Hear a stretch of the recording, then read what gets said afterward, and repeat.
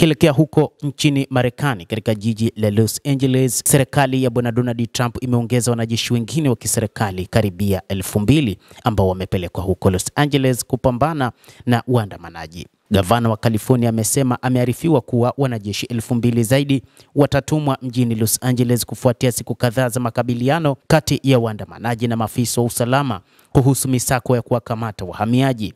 Hilo limethibitishwa na utawala wa Donald Trump.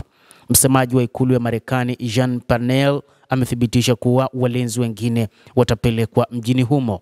Kwa agizo la rais, idara ya ulinzi inakusanya walinzi wa kitaifa wa ziada 2,000 wa California kuitwa katika huduma ya usalama ya taifa kuwezesha maafisa wa kutekeleza sheria kwa ajili ya udumishaji usalama, Parnell alisema. Hata hivyo, Trump hatarudi nyuma. Hii ni kauli iliyotolewa na JD Vance, makamu wa rais wa Marekani.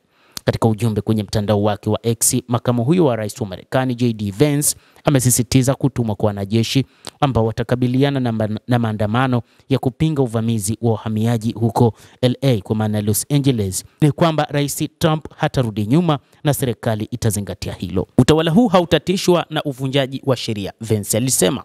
Rais Trump hatarudi nyuma, aliendelea kuandika. Hata hivyo, gavana Gavin Newsom amehitaji hatua hiyo ya Trump kuwa ni kutimiza ndoto ya rais dikteta, huku mwanasheria mkuu wa California akimshtaki rais Trump kwa kutumia majeshi jimboni humo bila ya ridhaa ya gavana. Gavana huyo alisema pia kwamba atamshitaki Donald Trump kwa kupeleka walinzi katika mji huo wa California. Gavana wa California Gavin Newsom amerudia kwamba ataushtaki utawala wa Trump baada ya walinzi wa kitaifa kutumwa bila idhini yake kudhibiti maandamano ya kupinga sera zake. Maandamano yamezidi kupamba moto huku maafisa wakikabiliana na waandamanaji. Gavana alisema hatua ya rais haitasaidia. Katika chapisho kwenye ukurasa wa X, Newsom ameandika, hivi ndivyo hasa Donald Trump anataka. Aliwasha moto na kuchukua hatua nyingine za kisheria ili kuwashirikisha walinzi wa kitaifa. Agizo alilolitia saini halihusu California pekee.